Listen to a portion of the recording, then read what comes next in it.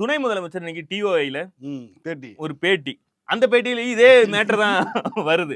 என்னதான் இருந்தாலும் அவரு எங்க அப்பாங்கிற மாதிரி கோணலா இருந்தாலும் என்னுடையதாக்குங்கிற மாதிரி அவரு யாரதான் வந்து எதிர்கட்சியா நினைக்கிறீங்க அப்படின்னா, அது கொஞ்சம் பலவீனமா பாடி வீக்கா இருந்தாலும் ஒரு நிரப்பிய இன்ஜெக்ஷனை போட்டு அதைத்தான் நாங்க எதிர்கட்சியா மதிக்க முடியும். இதுக்கு மேல என்னையா செய்ய முடியும்?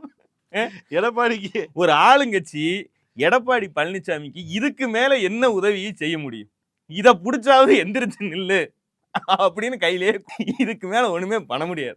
நன்றி சொல்லக்கூட வேணாம், எந்திரிச்சு முதல்ல நில்லுங்க. அதிமுக தான் வரலாற்று அடிப்படையில் அதுகிட்ட தான் வந்து வாக்கு சதவீதம் இருக்கிறது. கடந்த தேர்தல் வரைக்கும் மக்கள்கிட்ட எதிர்கட்சிங்கிற அந்தஸ்தையும் அவர்கள்லாம் பெற்றிருக்கிறார்கள். இன்னைக்கு என்னதான் பலவீனமாக இருந்தாலும் 60 எம்எல்ஏ கையில வச்சிருக்காங்க.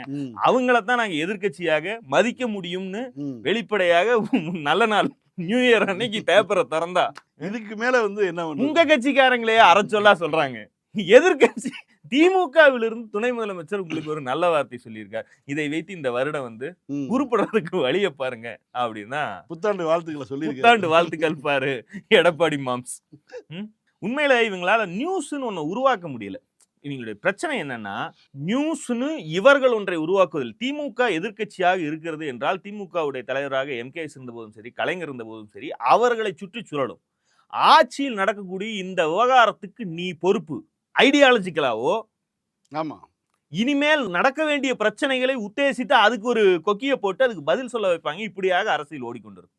இவங்களை தொடர்ச்சியா இந்த 5 வருடமா 4.5 வருடங்களாக நீங்க தொடர்ச்சியா பாத்தீங்கன்னா, ஒண்ணு இவங்க பொய்யா ஒன்ன புழுகுறாங்க. பொய்யுக்கு வந்து இன்றைய காலகட்டத்துல பொய்ய பெருசா வளர்த்து எடுக்க முடியல. 2G தான் கடைசியாக வளர்த்து எடுத்த மிகப்பெரிய பொய்.